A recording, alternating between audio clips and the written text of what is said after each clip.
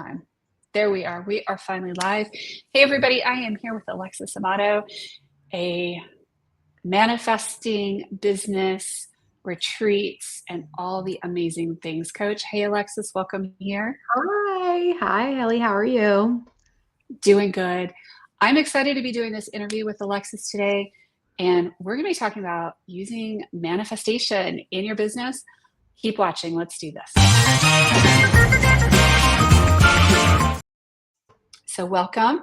And we're setting the tone for manifesting because a lot of people are kind of like not sure really what manifesting really is. So tell me about using manifestation.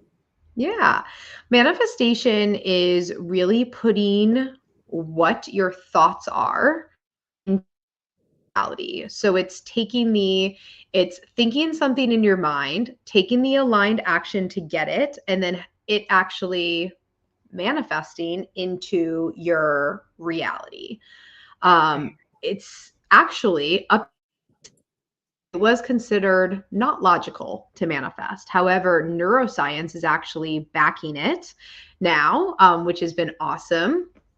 And you'll be able to see studies that are, well, studies are already out, but a little bit more of concrete evidence of how manifestation really does produce more productivity and success in your life and your business. And really at the end of the day is, what you put out into the universe, you get back. If you're a nice person, you're going to attract a lot of, nice people. If you're a mean person, you're probably going to attract being around more mean people. If you're the type of person who has a scarcity mindset, you probably surround yourself around other women who also have a scarcity mindset, and et cetera, so forth. Yeah, no, absolutely. And there were some studies I saw 10 or 15 years ago that show that if you set a goal, and this was back when my kids were selling Girl Scout cookies, you were 80% more likely to actually hit that goal. I The remember. numbers with just setting a goal. Yeah. And, recording it and writing it down are stunning to me. It is. You're putting it into your existence when you say things out loud and when you write them down. So that's why it's so impactful, and not a lot of people understand that. It's as simple as when you are the type of person who you create lists of things to do throughout your day, you're more likely to get more done because of the satisfaction of crossing that off of your list or checking it off if you are like on your phone, than just having it all up here. Right. Absolutely. And, and that's the cool thing is like, you can sit on your couch and wish for something all day long. Yeah. And a lot of people I've heard people like, well, manifesting is just sitting on the couch wishing for things to happen. And it's anything but. Yeah. I'm definitely not that type of coach who is like, yeah, just let it go and let everything come to you. That's definitely not me at all. I focus a lot on inspired action and just making sure that the inspired action is super aligned to what you're doing. A lot of people don't realize that they put a lot of time towards things that have nothing to do with their goal. They want to start a business. They don't ever start a business. All they do is like either go on vacation or sign up for the next corporate job, or they want to write a book, but they never outline the book. And they do things that counteract the things that they really want to do. And usually that's because of a fear-based mentality. They're afraid 100%. to go after the things that they want in life.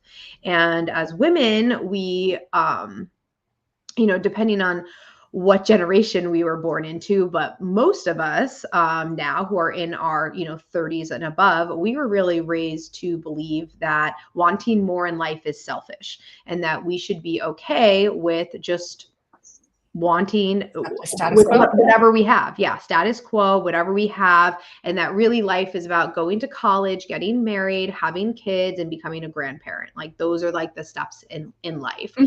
Now we live in a society where there's like all of these opportunities that are given to us, but a lot of women are still in that lack mindset of they're limited because of what their family tells them and their friends.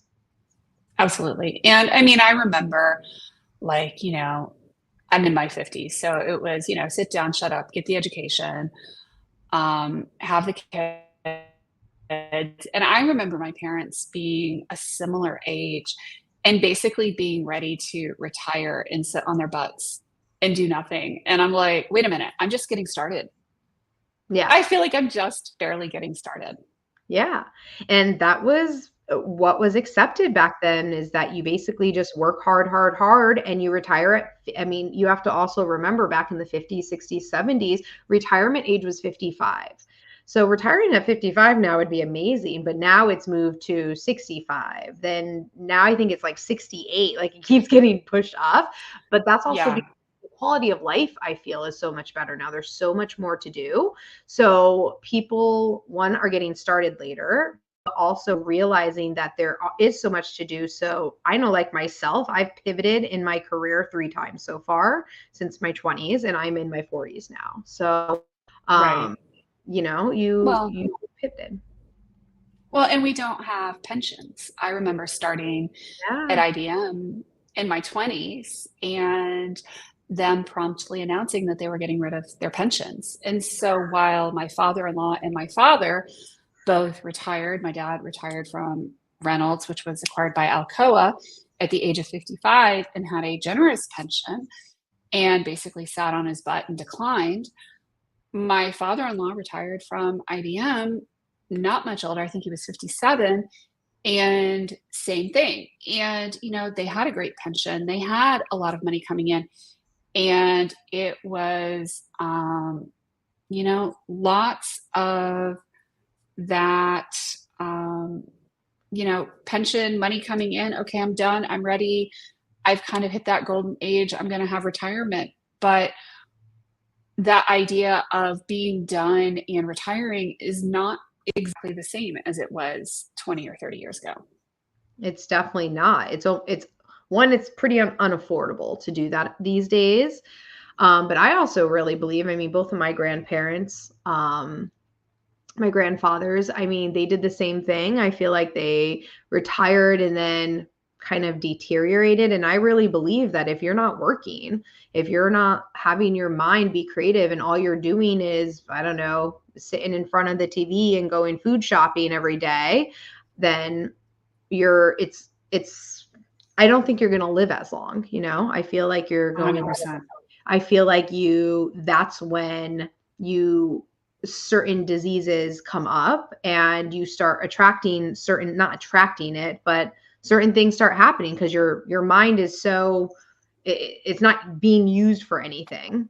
100%. Yeah, no. Yeah. I saw that with my dad with Parkinson's. We went from, okay, he was fully functioning to, massive dementia really quickly.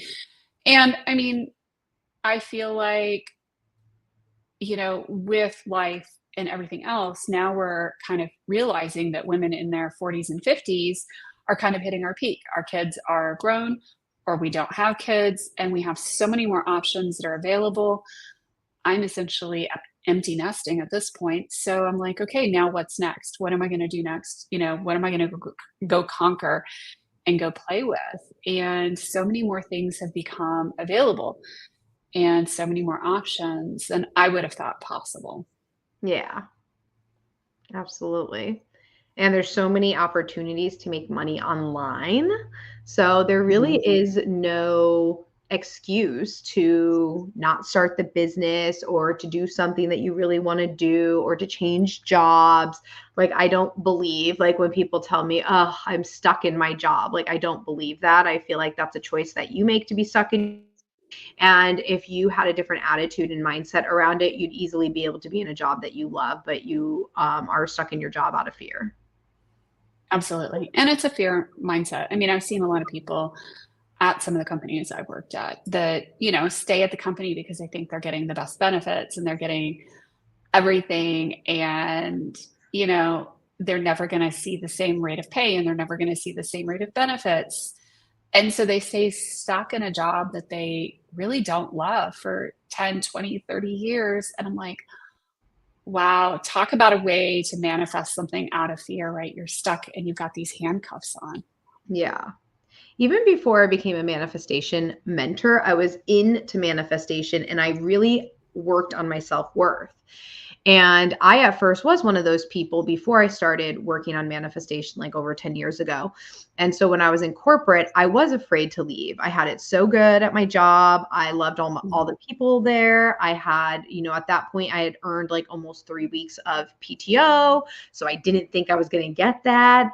Come to find out, I people want what you have and they're willing to negotiate what they want. I ended up getting a new job when I finally had the confidence to start applying. It was so easy. I was like the first job I wanted, I got, and I got a 20K salary raise and I got 4 weeks PTO because I asked for it because I said I wanted an extra week of PTO. And Mhm. it was just as good. I made just as many friends. I got to travel even more. And it was amazing. So I'm glad I took the jump and didn't like listen to other people. A lot of parents will say, you have it so good right now. Why do you want to leave? Well, you don't need a reason for anybody of changing anything in your life except for because I want to. And that's all. I Absolutely. want to. And I that's want the to be a only justification. yeah. Like, people ask me like, what's one of your big goals? Mine is being a seven-figure entrepreneur. Why? I don't need to have a reason why. I just want to Because I feel like it. I I want to just do want to it. make a lot of money and I want to be financially free. And you know what I Mhm. mean? So, um I really try to help women get really super honest on my retreats of what they want. And I see a lot come out. A lot of them say, they want more in their life. They want more in their relationship. They want to get a divorce. They want, and I take the necessary actions for them to realize this Mhm. about themselves on the retreat. But I feel really sad for the women who don't take those steps because they're fearful of change. Yeah, absolutely. And I mean, and that's the thing is that, you know, change can absolutely be scary. Yeah. Working for yourself can be terrifying. Yeah. But here's the thing, when you're working for somebody else, you're limiting your salary. Yeah. You're limiting your vacation, you're limiting your options. Yeah. And one of the biggest things for me is I need the flexibility to deal with a severely disabled child, a severely disabled adult child. Yeah. And I never know from one day to the next what's going to happen in my life. Are we Yeah. going to have another hospitalization? Are we going to have another event? Are we going to have whatever? And so I need that flexibility. And what it's made me realize is that I have that ultimate control over my destiny and my income. And when I need to make more money, I make more money and I go out and I put out some offers and I do some things. Now, is it a lot of work? Yes, it's a lot of work. Yeah. Don't misunderstand that. We're not talking about manifesting and making pretty things and not doing the work. We're talking about doing the work and making it happen into Yeah. existence. I work my ass off and I am very open about that on social media. I have Mhm. a very warm audience and good presence, I feel, on my social media channels. And I am very open about that I do think that being an entrepreneur is work. Do I think that you can get to a point where things are on autopilot and just coming in? Absolutely. But I don't think that happens right away. And I think that Mm-mm. takes a lot of work. I It feel, takes work. yeah, yeah. I commend you because a lot of women in your situation could use your son as a scapegoat for not going after the things that they want. 100%. I have to be stable and create an income. I don't have the time because I have to deal with my son or, work with my son and just Right. in case I have to take him to the hospital today, I can't like work on your business. And you're over here like being a catalyst for women showing that you can actually do this, no matter Right. if you have multiple children, a disabled son. I have 4 businesses. No, not a lot of people realize that because I don't talk about all of them, but I have multiple incomes Hmm. that Yeah. I mean, one of them is passive, but the other 3 are very hands-on and take a lot of my time. And I work all day. I work when I'm on vacation, but I love it because it's for me. And to me, it doesn't always feel like work. you know? 100%. Because you're Yeah. doing what you love. And I mean, a lot of people would be like, so tell me what you do in your free time. And I'm kind of like, uh, busted. I kind of work. I enjoy what I do. Yeah. So I don't feel like I'm working, but yes, I do work Yeah. And a I lot because I like it. And, a stigma for retreat leaders is we vacation all the time, and that hosting a retreat is just a vacation. So everyone's like, are you excited for Hawaii? Because I'm hosting a retreat in Hawaii in 2 weeks. And yes, of course, I love Hawaii and I'm excited to go to Hawaii, but um, don't like the retreat is absolutely work. I am holding space for a 100%. ton of women. It is very emotional, not to mention most of my manifestation retreats, not my business retreats. My business retreats, we drink, we have fun, we're entrepreneurs, we like to cheer success. But my manifestation retreats, because we do so much spiritual inner work, alcohol creates headaches when we do sound healing and breath work in before or after drinking. So they're dry. So I'm not in Hawaii with like Mai Tais until the retreat is over. And so people don't realize that it's a lot of work. Like I'm still running a business the whole time I am in Costa Rica or in the Virgin Islands or anything. And do I take a day to myself after or Yeah. before retreat? Yeah, but still, that's not really a vacation. Like 1 day, 2 days, like, that's just really winding down and clearing the energy of all of the women's emotions that I had to hold for the last 5 days. And that's the physical recovery piece, Like and very 100%. important. Yeah, That is a part of being a business owner, is the physical recovery piece. 100%.